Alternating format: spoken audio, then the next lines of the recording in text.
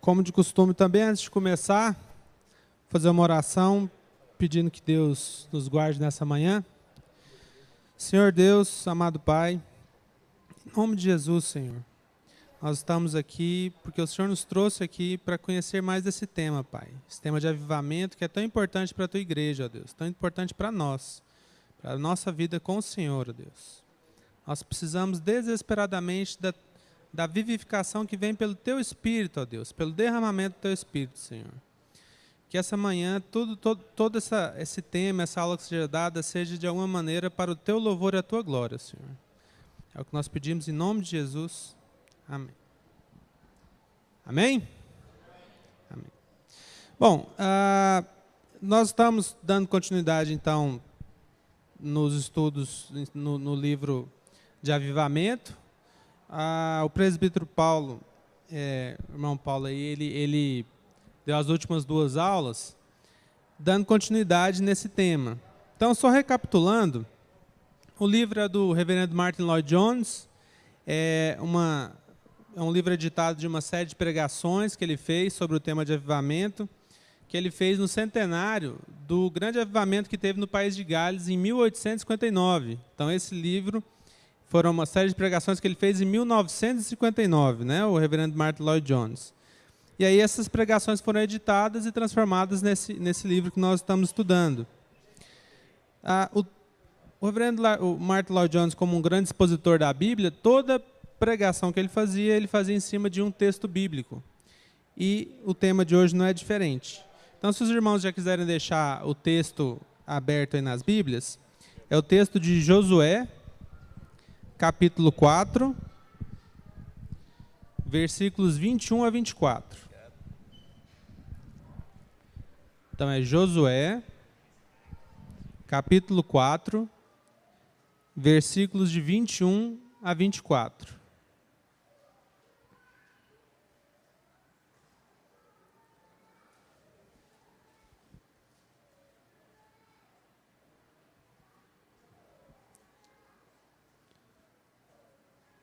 Todos acharam o texto? Josué, capítulo 4, versículos 21 a 24.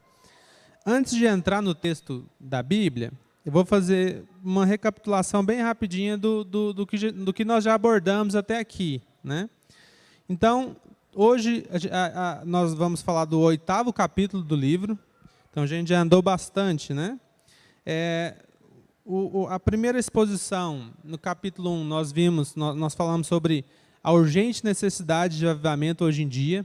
Isso o reverendo Lloyd-Jones falando lá em 1959, mas a gente percebeu nos nossos tempos de hoje também, essa urgente necessidade de avivamento do povo de Deus e da igreja do Senhor. E aí depois nós começamos a falar um pouco sobre os obstáculos a esse avivamento. Então, alguns desses obstáculos que foram apresentados aqui foram debatidos aqui, né? Incredulidade, a impureza doutrinária, então não ter uma doutrina pura e adequada, uma ortodoxia defeituosa, uma ortodoxia morta, ou seja, ter uma doutrina boa, mas ser uma doutrina que não gera frutos, que não gera vida para a igreja, então uma ortodoxia morta.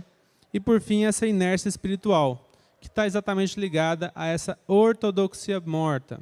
Então, na semana passada, nosso irmão Paulo falou bastante sobre isso, né? Ele até citou muito o caso da nossa própria Igreja Presbiteriana do Brasil, que tem uma doutrina muito boa, uma doutrina fiel à palavra de Deus, mas que muitas vezes pode ser uma doutrina muito mais racional do que viva e espiritual. Vocês lembram disso? Na semana passada, o irmão Paulo falando sobre isso. Então, hoje a gente vai dar continuidade, mudando um pouco. Nós já passamos, então, por essa urgente necessidade do avivamento que a igreja tem. Falamos sobre os obstáculos que a igreja tem para esse avivamento. E agora a gente vai falar um pouco mais sobre o avivamento em si. O próprio reverendo Lloyd-Jones, ele vai falar exatamente isso. Ele fala, olha, temos que, além desses pontos, né, que nós falamos até aqui, dos obstáculos, A gente tem que passar desses pontos e começar a entender, de fato, o avivamento, o que é o avivamento, o que ele tem a nos ensinar e como que nós precisamos agir diante desse tema. E que se a gente ficar só nos obstáculos, a gente vai acabar ficando deprimido, né? A gente vai acabar ficando desencorajado, porque se a gente fica olhando só para os obstáculos que a igreja tem poucos obstáculos? O que vocês acham? Bastante, né? Então, se a gente fica olhando só para esses obstáculos, a gente acaba ficando desencorajado. A gente tem que lembrar exatamente que, mesmo tendo esses vários obstáculos, a igreja, ao longo da história, tem tido o derramamento do Espírito, tem sido empoderada por Deus, tem tido derramamento de poder de Deus e tem sido avivada. Não é verdade? Então, nós falamos um pouco sobre isso também em outras aulas, das dificuldades que nós temos hoje. Mas todo o povo de Deus, em determinado momento da história, teve que lidar com as suas próprias dificuldades, com as dificuldades do seu tempo. A igreja primitiva, por exemplo, que tinha um império romano, que tornava a religião cristã não oficial, portanto não permitida, ela tinha dificuldade? A igreja dos primeiros séculos, ela tinha dificuldade? Tinha ou não tinha? Muita dificuldade, né? Muita dificuldade. E mesmo diante dessas dificuldades, ela prevaleceu, ela rompeu, ela cresceu, ela se mostrou viva ou não? Sim, né? Estamos aqui hoje por isso, né? Exatamente porque a igreja primitiva teve um grande derramamento do Espírito de Deus, do poder de Deus, e fez com que ela crescesse, ela fosse uma igreja viva.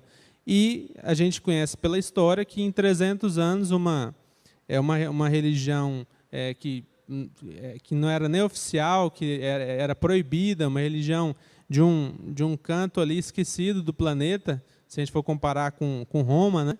Ela em 300 anos acabou se tornando a religião oficial do Império, né? Ela conquistou, o Império Romano conquistou o mundo conhecido da época, através exatamente desse poder de Deus. Não é verdade? Não é? Muito bem. Então, dito essa pequena introdução, podemos ir agora para o texto bíblico em si. Então, os irmãos estão com o texto de Josué, capítulo 4, versículos 21 a 24, abertos. Eu vou fazer a leitura aqui do texto, na versão que nós utilizamos, que é a Almeida Revista e Atualizada. Diz assim a palavra de Deus. E disse aos filhos de Israel, quando no futuro vossos filhos perguntarem a seus pais, dizendo, que significam essas pedras? Fareis saber a vossos filhos, dizendo, Israel passou em seco este Jordão, porque o Senhor vosso Deus fez secar as águas do Jordão diante de vós, até que passasseis como o Senhor vosso Deus fez ao Mar Vermelho, ao qual secou perante nós até que passamos, para que todos os povos da terra conheçam que a mão do Senhor é forte, a fim de que temais ao Senhor vosso Deus todos os dias. Essa é a palavra de Deus. Se os irmãos lembram desse texto, o povo de Deus já tinha sido liberto do Egito. A libertação do povo de Deus no Egito, ela ocorreu de uma forma simples. O rei do Egito, né, o faraó, ele chegou lá e falou, não, pode todo mundo ir, está tudo certo, não precisa desses escravos mais, então podem ir fazer como vocês querem. Foi assim que aconteceu? Como é que aconteceu a libertação do povo de Deus? Foi um ato grandioso de Deus ou foi um ato simples, um ato corriqueiro? Um ato grandioso, né? Muito grandioso. E aí, a gente lembra que quando o povo de Deus estava saindo do Egito, com o faraó já no finzinho ali, perseguindo o povo de Deus, naquela última tentativa de não deixar que o povo de Deus se libertasse, o que aconteceu? Diante do mar, do Mar Vermelho. O que Deus fez? O mar se abriu, não foi? Então Deus fez um ato grandioso, abriu o Mar Vermelho para que o povo de Deus pudesse passar, e depois que o povo de Deus passou pisando em terra seca ou em terra molhada? Terra seca, né? É isso que a gente lembra. Então, o ato de Deus foi grandioso de libertação. E o povo de Deus passou, então, em terra seca, e quando o exército os egípcios vieram atrás, o mar se fechou diante deles, né? Engolindo eles, inclusive. Isso foi só o primeiro ato ali de grande libertação do povo de Deus.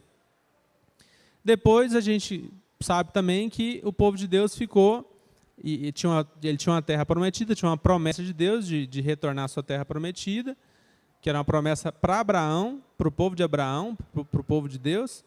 E o que aconteceu? Quando então eles saíram do Mar Vermelho, passaram o deserto e entraram na terra prometida? Foi assim? Não, né? Eles ficaram 40 anos no deserto, não foi? Exatamente porque eles desobedeceram a Deus, né? Tiveram medo de entrar, tiveram medo de aceitar a promessa de Deus. Ficaram 40 anos no deserto. E aqui é onde esse texto acontece, né? Então, aqui, Josué já começa a assumir, sucedendo Moisés como líder do povo de Israel. E aqui, sim, depois de 40 anos no deserto, e nesses 40 anos no deserto, Deus ficou cuidando deles ou eles ficaram simplesmente soltos lá no deserto? Deus continuou cuidando deles todos os dias, né? Todos os dias. De maneira que eles chegaram, então, depois de 40 anos, para aí sim entrar na Terra Prometida. E aqui é onde começa esse texto, é exatamente onde isso começa. Então, Josué está com o povo de Deus já se preparando para entrar na Terra Prometida, e aqui acontece novamente uma grande demonstração do poder de Deus. Deus, mais uma vez, faz o mar se abrir, nesse caso, o Rio Jordão. Então, ele faz com que o povo de Deus atravesse o Rio Jordão também no seco, né? Também ele abre também o Rio Jordão. E aqui, Josué, então, Deus orienta Josué que ele faça um pedido aí para o povo de Deus, que é fazer esse memorial, juntar essas pedras, não é? Vamos pegar aqui os irmãos já estão com a Bíblia aberta no capítulo, né? Vamos dar uma olhada, então, em Josué, no capítulo 4.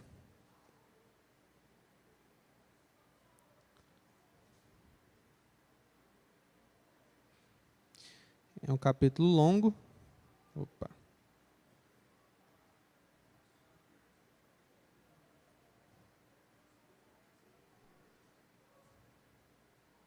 Então, tá aí. As 12 pedras tiradas do meio do Jordão. Eu vou fazer a leitura do capítulo inteiro, porque toda a Bíblia é muito maravilhosa, né? Mas esse texto aqui também é muito bom da gente poder refletir sobre ele. E ele vai nos orientar em tudo que a gente vai falar hoje de manhã. Então, Josué capítulo 4, versículo 1. As 12 pedras tiradas do meio do Jordão.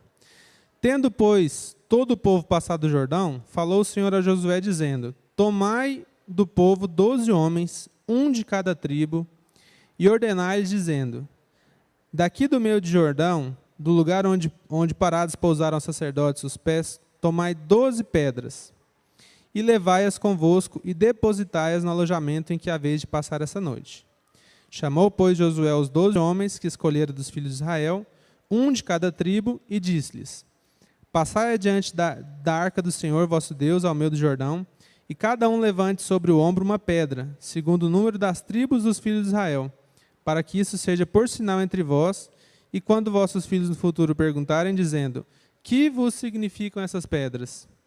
Então lhes direis que as águas do Jordão foram cortadas diante da arca da aliança do Senhor. Em passando ela, foram as águas do Jordão cortadas. Essas pedras serão para sempre por memorial aos filhos de Israel. Fizeram, pois, os filhos de Israel como Josué ordenara, e levantaram 12 pedras do meio do Jordão, como o Senhor tinha dito a Josué, segundo os números das tribos dos filhos de Israel. E levaram-nas consigo ao alojamento e as depositaram ali. Levantou Josué também 12 pedras do meio do Jordão, no lugar em que parados pousaram os pés dos sacerdotes que levavam a arca da aliança.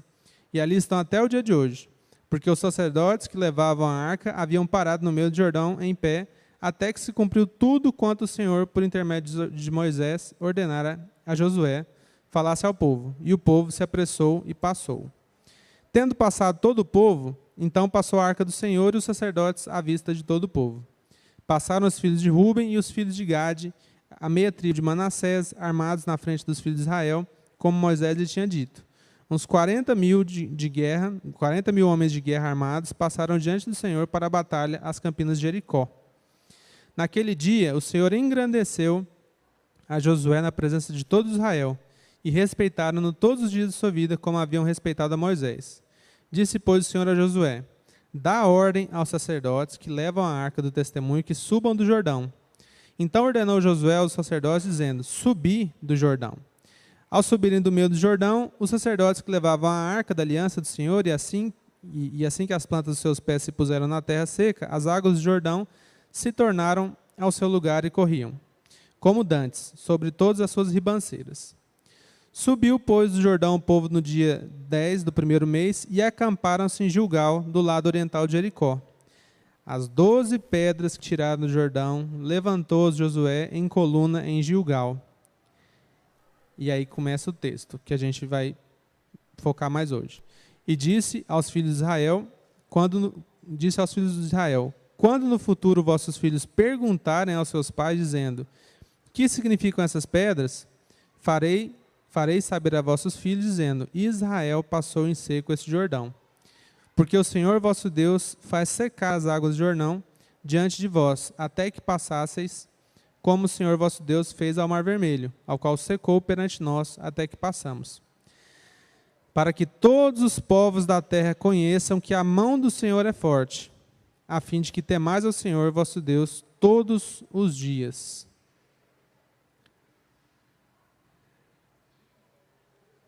É um memorial que Deus orienta a Josué, que Josué faça, e Josué orienta ao povo, que o povo faça. E aí fica a dúvida, né? Por quê? Por que dessas pedras? Por que Deus solicita a Josué que faça esse memorial? Que cada líder das 12 tribos levante uma pedra e se monte ali um memorial. Para que Deus fez essa orientação para Josué? Quem pode trazer uma boa resposta aqui para a gente? O que vocês acham, irmãos?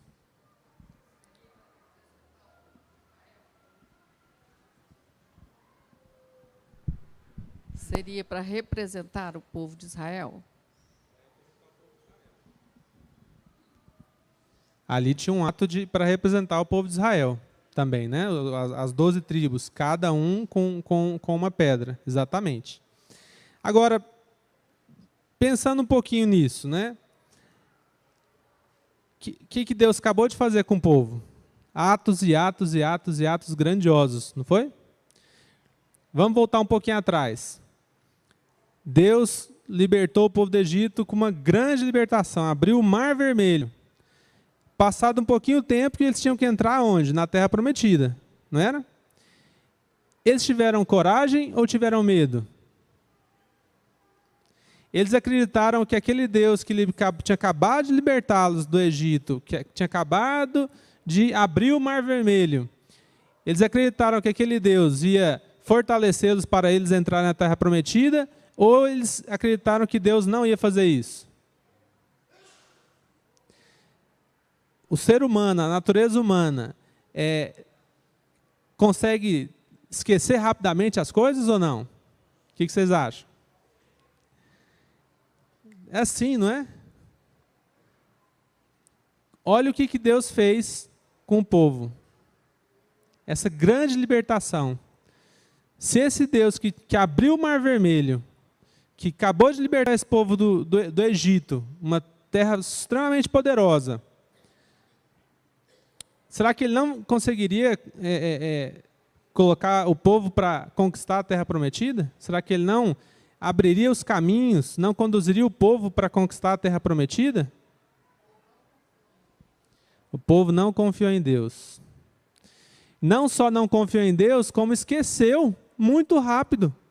tudo que Deus tinha feito. A gente faz isso? A gente faz isso? Infelizmente faz. Quantas vezes Deus atuou na vida de cada um aqui, em primeiro lugar, convertendo os corações de cada um aqui.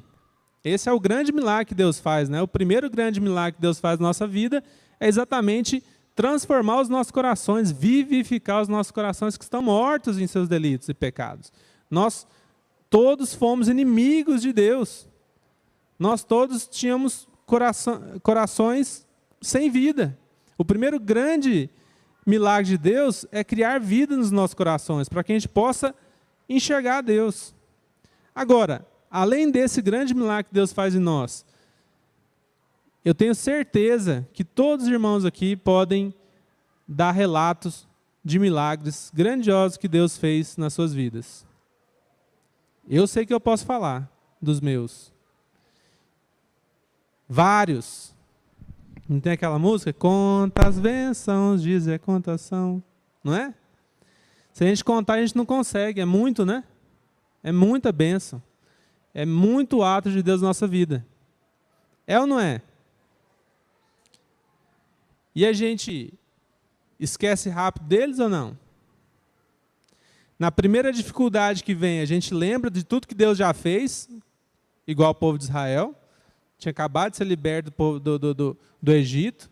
A primeira dificuldade que apareceu nem foi entrar na Terra Prometida. Vocês lembram da história? A primeira dificuldade já foi a água, né? Eles já acabaram de sair do Egito. A primeira dificuldade que apareceu foi uma água. Nossa, agora vamos morrer todo mundo. Foi ou não foi? Não foi assim que o povo pensou? Para que Deus nos tirou do Egito? Não era isso que eles falavam?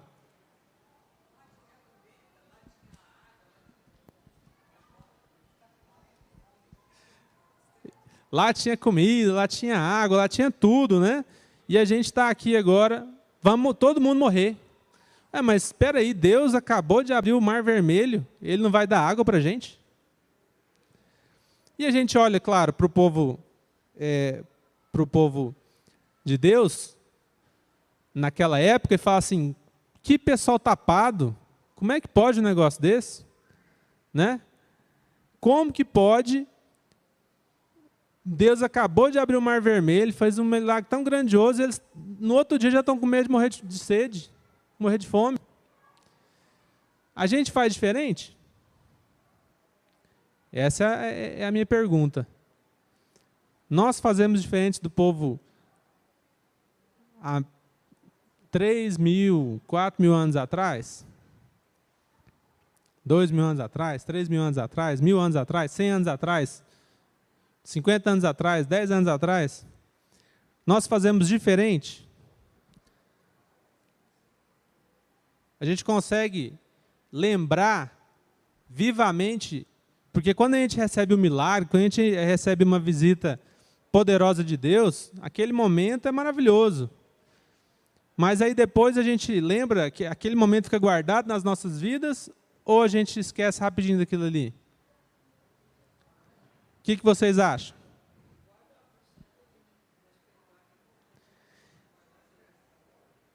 Tem que guardar, não tem? Mas a gente guarda?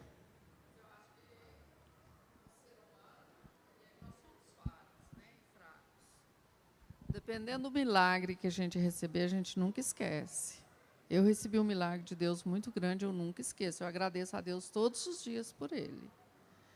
Mas nas pequenas coisas do dia a dia, a gente é falho. A tendência é esquecer. Né? Mas foi um grande milagre, aí também nós estamos classificando os milagres, né? Está errado também. É isso. Eu também acredito que a gente lembra, né? Mas a questão olha o tamanho do milagre que o povo recebeu, né? O mar se abriu.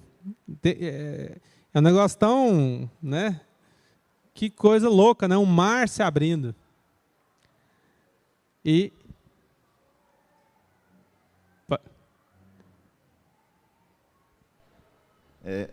às vezes tem um problema também de Não é nem saber, conseguir lembrar ou esquecer muito rápido. É reconhecer o que Deus fez. Então, muitas vezes, além de esquecer muito rápido as pequenas coisas, não aproveitando a deixa da irmã, não classificando milagres ou graça ou bênção como pequeno ou grande, mas a gente tem dificuldade de reconhecer. Quando a gente pede, às vezes, e Deus concede, mas pela graça dele, não porque a gente pediu, a gente tem o costume de lembrar. Nossa, foi campanha, e aí tem 1000 coisas que a gente faz, né? Mas quando Deus concede aquela graça, assim, a gente, ou aquele milagre, e a gente nem reconhece, para mim ainda é mais pesado do que esquecer tão rápido. Então, como o povo de Deus no Antigo Testamento, às vezes não reconhecia o que Deus fazia.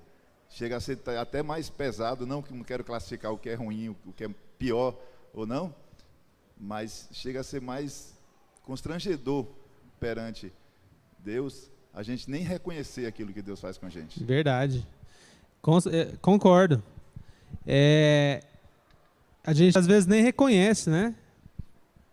Deus acabou de fazer um grande milagre e às vezes a gente nem reconhece.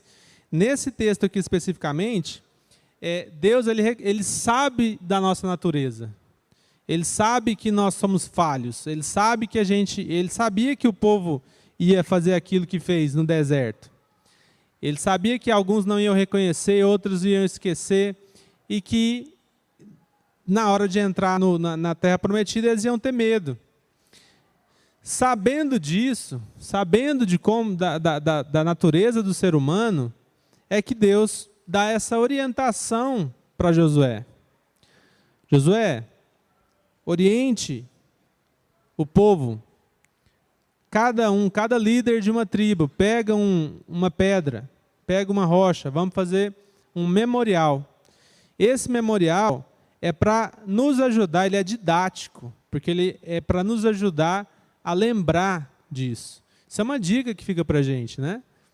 Para a gente não esquecer do poder de Deus, ou a gente não reconhecer o poder de Deus, quando a gente tem uma visitação, um grande milagre, a gente percebe uma grande obra de Deus, como eu falei, a primeira grande obra é a nossa própria conversão, que a gente faça crie alguma maneira de que a gente esteja sempre olhando para isso.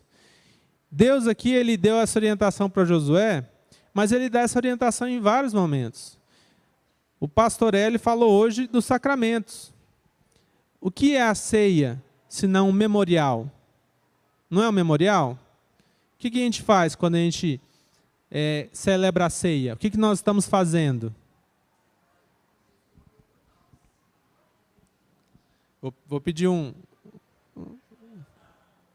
aqui, ó.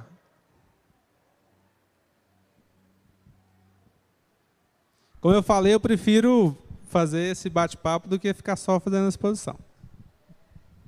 A Santa Ceia é em memória de mim, né, que Cristo falou, né? Em memória de mim, em memória que Cristo morreu na cruz, deu a vida dele para nos salvar. Então, o vinho lá representa o sangue e o pão representa a carne de Cristo. É o grande sacrifício de Cristo por nós. O grande sacrifício, e a gente lembra disso toda vez que a gente faz uma ceia. É um memorial, não é? Será que a gente esqueceria? É claro que a gente não vai esquecer de não saber, né? Não é questão de... não. É questão de fato reviver esse momento. De fato, lembrar isso de uma forma viva. Não só uma memória racional. Aconteceu 2000 anos atrás, está tudo bem. Não. Quando Cristo institui a ceia, ele está colocando isso para nós, um memorial permanente. Um momento em que toda a igreja se reúne para vivenciar novamente esse momento, para trazer não só a memória, mas também ao coração. E a gente compreender e vivenciar e estar sempre com esse momento em nós, o grande momento, a nova aliança feita no sangue do Cordeiro, a nossa salvação, nós que não, de maneira alguma, conseguiríamos ter acesso a Deus, agora podemos ter acesso a Deus por Cristo, pelo próprio Deus, que se fez homem e pagou o preço que nós não conseguiríamos pagar. através do seu precioso sangue, da sua carne. E isso é muito grandioso para a gente esquecer. A gente tem que relembrar e reviver isso. Isso traz bênção para a nossa vida. Poder relembrar e reviver isso. Traz ou não traz? É importante ou não é? Assim como era importante que Josué fizesse aquele memorial para que o povo também não esquecesse da grande libertação que Deus fez. Eu acho que o importante do memorial é porque eles sabiam que iam ter um grande desafio a vir. Eles teriam pessoas, não era simplesmente chegar na terra, ocupar a terra e beleza. Não foi feito nenhum tipo de reserva de espaço para eles. Eles iam ter que literalmente guerrear. Eu acho que Deus quis mostrar para eles, olha, o Deus que está abrindo o Mar Vermelho, Ele está com vocês, Ele vai adiante de vocês e vocês vão vencer a guerra.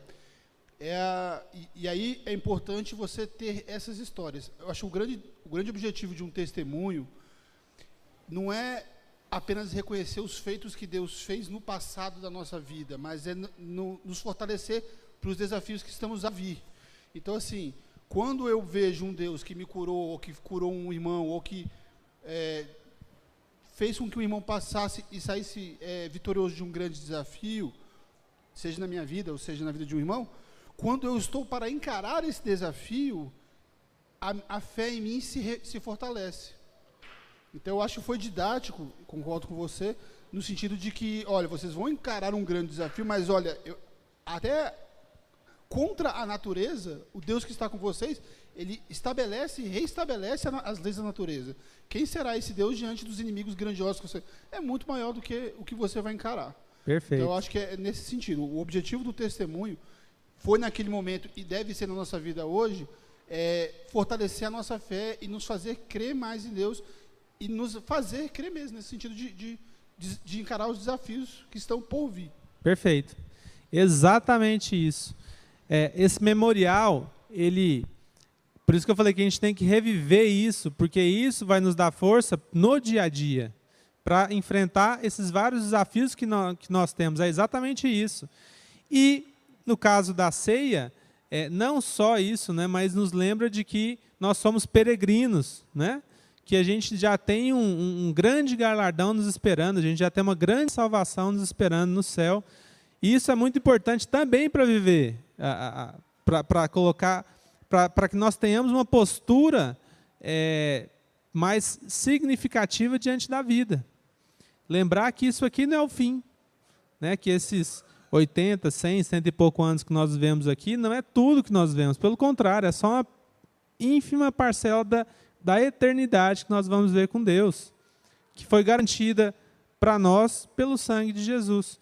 Então, esse memorial é resgatar resgatar em nós quem Deus é. Quem é o Deus que está conosco? Não é o Deus de ontem, não é o Deus do passado, não é o Deus do presente, é o mesmo, ontem, hoje e para sempre. Então, por que o reverendo Lloyd Jones está trazendo esse texto e trazendo essa reflexão sobre o memorial, sobre essa questão da gente, do que Deus faz, esse memorial que Deus fez com Josué, o memorial que Deus fez em Cristo?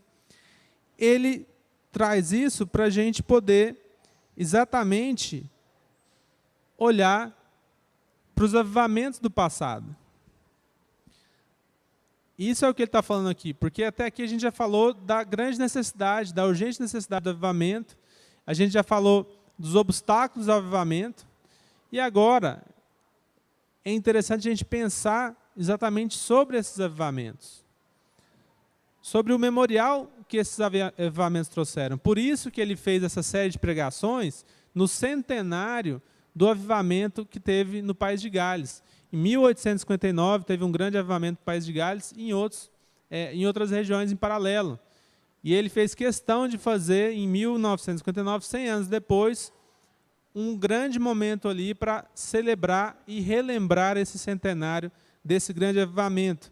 Mas também outros grandes avivamentos que tiveram. E aí, a gente estava falando exatamente sobre essa questão nós temos a tendência de lembrar ou esquecer a história e os atos e milagres de Deus. E a gente está falando que dos grandes milagres a gente lembra, né? Alguns a gente lembra. Mas, muitas vezes, a gente acaba esquecendo. Né? E por quê? Por que a gente acaba esquecendo, ou não reconhecendo, ou deixando para lá, ou passando a vida e passa 10, 20 anos e de repente você nem lembra mais do que Deus fez. Né? E o reverendo Lloyd Jones ele vai falar aqui que nós muitas vezes fazemos isso exatamente por causa do nosso egocentrismo, por causa das muitas ocupações que nós temos, por causa desse hedonismo que nós temos de muitas vezes fazer só o que nos dá prazer, ou enfiar demais a cara no trabalho, e aí tudo é preocupação do trabalho, tudo é preocupação de diversas atividades que nós temos, várias coisas que nós vamos ocupando nossa mente, ocupando nossa vida, ocupando nossas emoções, a ponto da gente esquecer de quem Deus é na nossa vida, do que Ele já fez, do que Ele vai fazer, de quem Ele é, do poder dEle na nossa vida.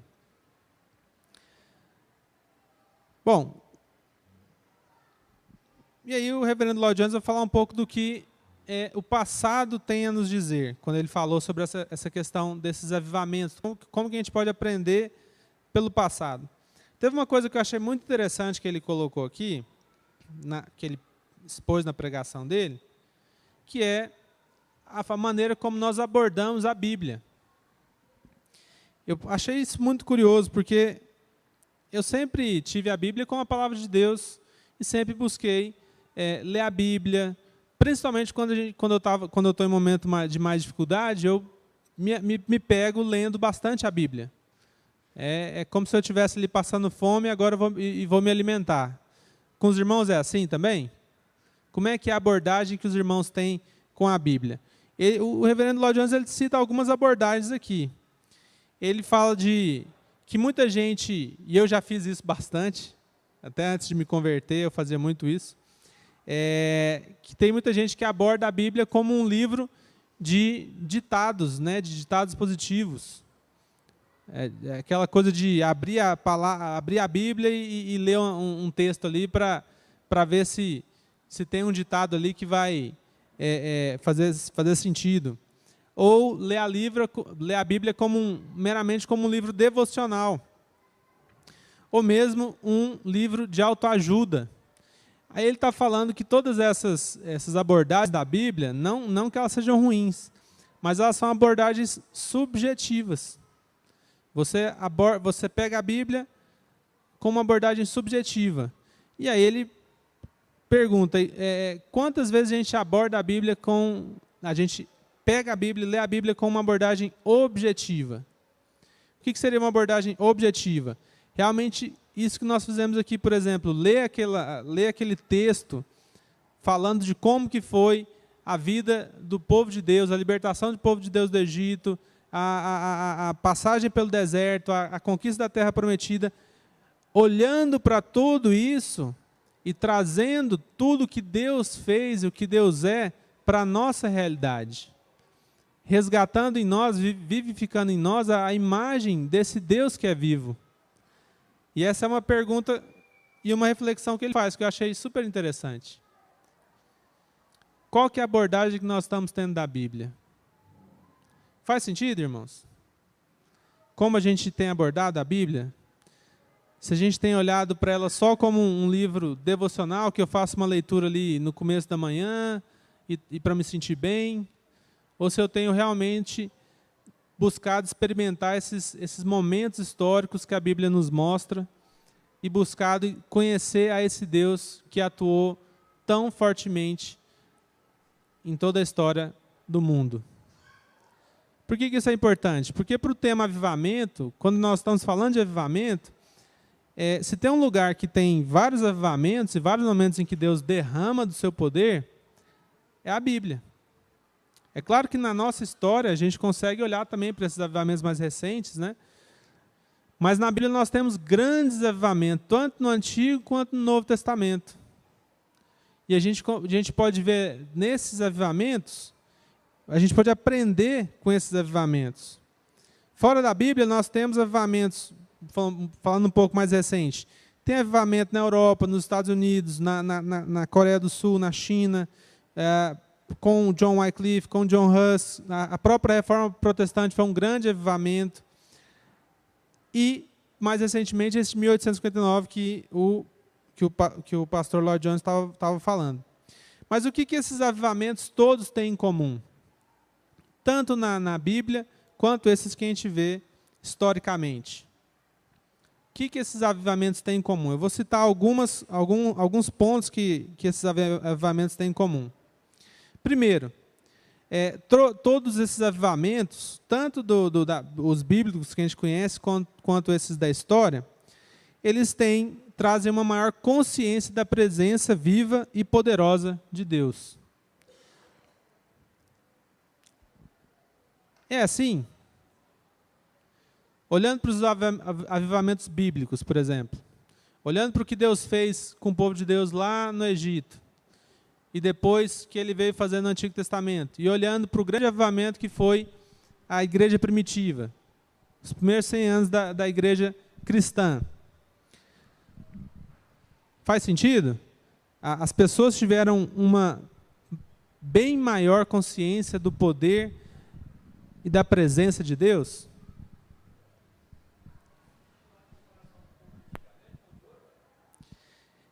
Não, só pensando assim, se eles tiveram ou não uma consciência muito mais viva de Deus. Vamos olhar só para a igreja primitiva, olhando só para a igreja dos apóstolos, logo depois que Cristo ascende e a igreja começa, ali naquele momento do Pentecoste. O que tem ali? Um grande derramamento do Espírito Santo. As pessoas passam a viver como viviam antigamente, está tudo certo, ou elas têm um novo senso totalmente diferente do poder e da presença viva de Deus. Totalmente diferente, não é? Essa é uma característica de todos os avivamentos. As pessoas passam a ter uma consciência muito maior da presença de Deus. Essa consciência muito maior da presença de Deus, ela traz também uma consciência muito maior do pecado. As pessoas se tornam muito mais conscientes do seu pecado, muito mais conscientes da sua fraqueza, de como são fracos, de como são frágeis, de como são pecadores diante de um Deus santo. Todo avivamento traz mais vida para a igreja, mais contrição, mais santidade. Porque uma vez que você tem noção do seu pecado, da sua posição diante de um Deus santo, as pessoas passam a buscar mais santidade. Todo avivamento também traz em si mais oração, muito mais oração, mais alegria, muito mais comunhão. Tem um ponto aqui que Lloyd Jones, e são todos pontos que Lloyd Jones está mostrando dos grandes avivamentos. O que a gente pode aprender com esses grandes avivamentos? Os sinais desses grandes avivamentos. E aí ele fala de um item aqui que eu achei fantástico. E aí eu vou perguntar se já aconteceu com vocês. Já aconteceu com vocês de perder a noção do tempo quando vocês estão em oração, ou em comunhão, ou estão na presença de Deus, e aí de repente vocês perdem a noção do tempo? Você acha que passou 1 hora, passou 3, 4, 5, 10 horas? Isso já aconteceu com vocês? Isso aqui, o Lloyd Jones ele fala que isso é uma característica também dos grandes avivamentos, ou de todo avivamento, né? A igreja passa a ter a percepção do céu na terra, passa a ter uma experiência do céu na terra. E o céu, o tempo, qual que é o tempo no céu? É eterno, né? Não tem tempo. Então a gente não percebe, não é? Então isso é uma característica que ele trouxe que eu achei muito interessante, porque eu me lembro de coisas assim acontecerem comigo.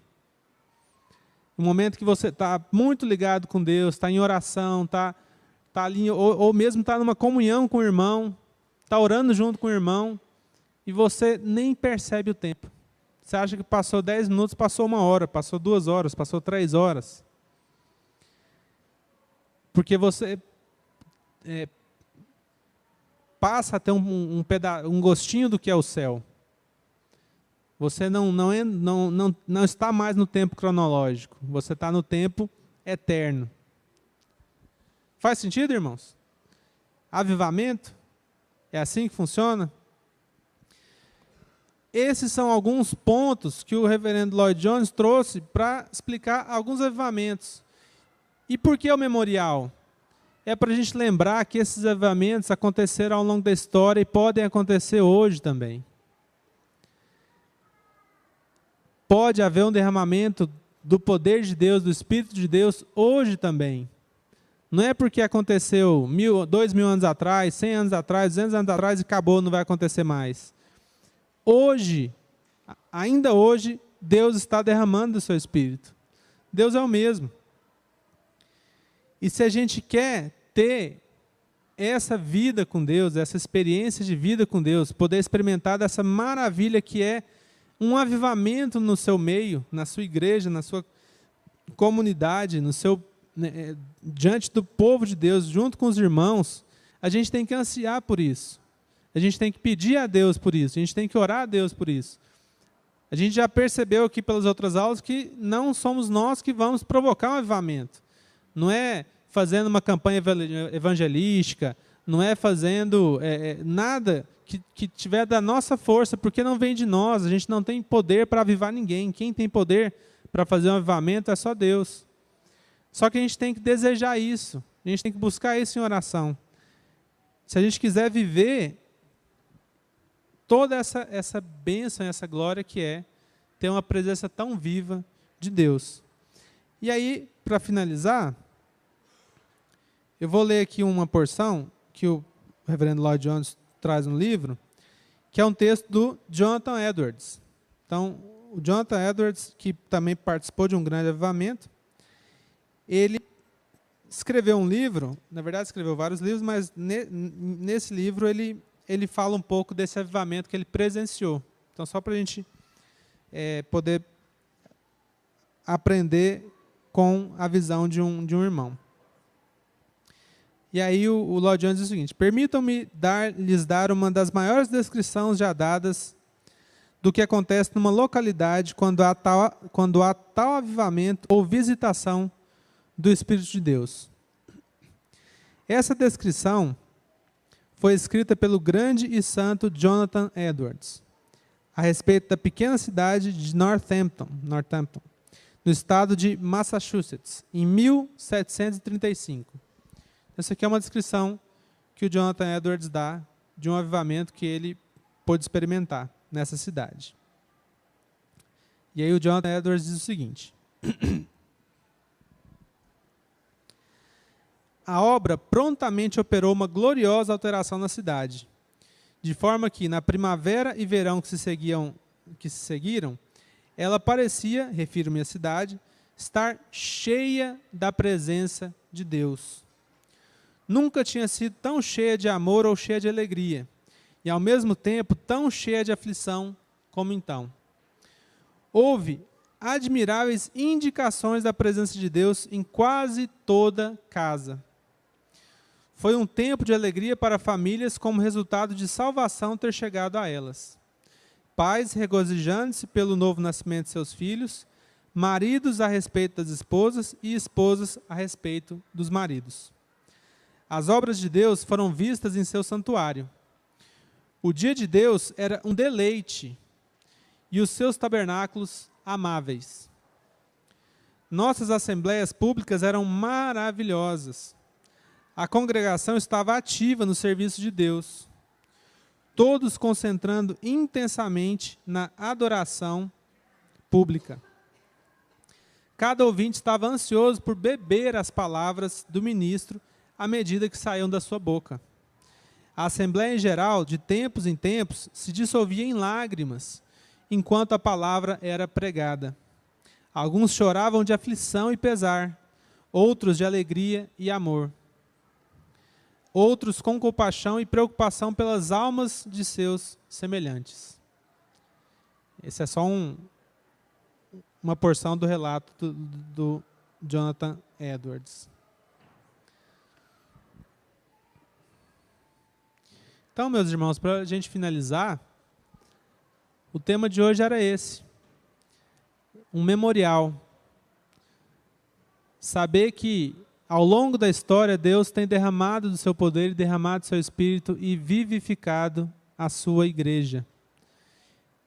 E quão gloriosos são esses momentos em que a igreja tem um pleno derramamento do Espírito de Deus. E o Espírito, ele anda pela igreja de uma forma viva, com uma presença forte, poderosa, que todos podem sentir e viver.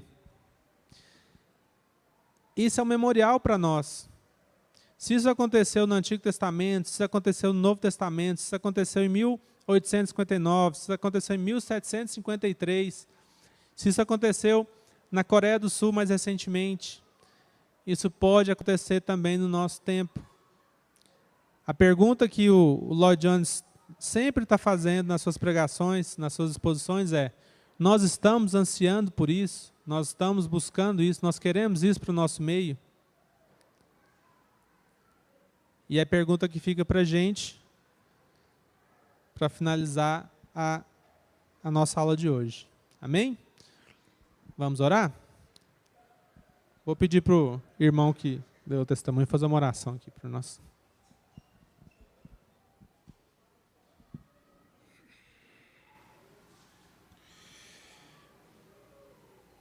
Pai, estamos diante de Ti nesse momento, Senhor, enquanto igreja, clamando por Ti, Senhor, pedindo que o Senhor esteja restabelecendo e nos trazendo à memória as grandiosas vitórias que o Senhor trouxe na história da igreja, na nossa história, na história da nossa família. Pedir que o Senhor esteja trazendo à nossa memória cada momento em que nós reconhecemos que foi o Senhor que cuidou de nós. Te peço isso enquanto igreja e também te peço isso enquanto indivíduo, Senhor. Que o Senhor não permita que eu venha olhar a Tua misericórdia, olhar os seus atos misericordiosos, os seus atos de cuidado comigo, e venha dar ao acaso, a minha capacidade, ou a qualquer outro elemento, aquilo que somente o Senhor fez. Que eu não venha dedicar isso a situações, habilidades médicas, capacidades minhas, ao conseguir vitórias, mas que eu venha observar que é o Senhor que tem cuidado de nós, Senhor. Eu te peço que esteja cuidando de cada um desses marcos das nossas vidas, limpando do pecado e da incompreensão nossa, da nossa limitação, e que a gente possa individualmente, Senhor, estar reconhecendo como o Senhor tem tratado conosco, que nós possamos ver de fato o Senhor em nossa história, enquanto igreja e enquanto indivíduo. Nós sabemos que a igreja é composta de cada um de nós aqui, Senhor.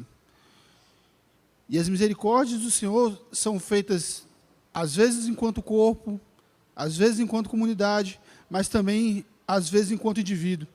E nós acreditamos, Senhor, que o avivamento ele não é apenas um ato vivenciado numa perspectiva de comunidade, mas também inicia-se em cada um de nós, nas nossas orações diárias, no nosso comprometimento diário com o Senhor. Então, que nós possamos estar reconhecendo enquanto indivíduos, para que possamos, enquanto comunidade, também vivenciar isso, Senhor. O Senhor esteja conosco, nos abençoe, nos oriente, Senhor, apesar de nós mesmos. Tira de nós nossas limitações, Senhor, tira de nós o nosso pecado, e que nós possamos assim contemplar de fato as misericórdias e maravilhas que o Senhor faz em nosso meio, Senhor. Que nós não venhamos a dar a mais ninguém e a mais nada aquilo que é seu. Que o louvor seja seu, que a honra seja sua, e de mais ninguém, Senhor. Esteja conosco enquanto comunidade, Senhor. Nos abençoe e desperta em nós, enquanto individualmente e em comunidade, o Teu avivamento, Senhor. Faz de nós um povo santo e que proclame e que transpareça, não apenas fale, mas vivencie aquilo que o Senhor tem feito em nosso meio, que vivencie as Tuas maravilhas, vivencie intimidade contigo, Senhor. Em nome de teu filho, é que eu lhe peço e agradeço, certo de que o Senhor estará fazendo isso. Amém.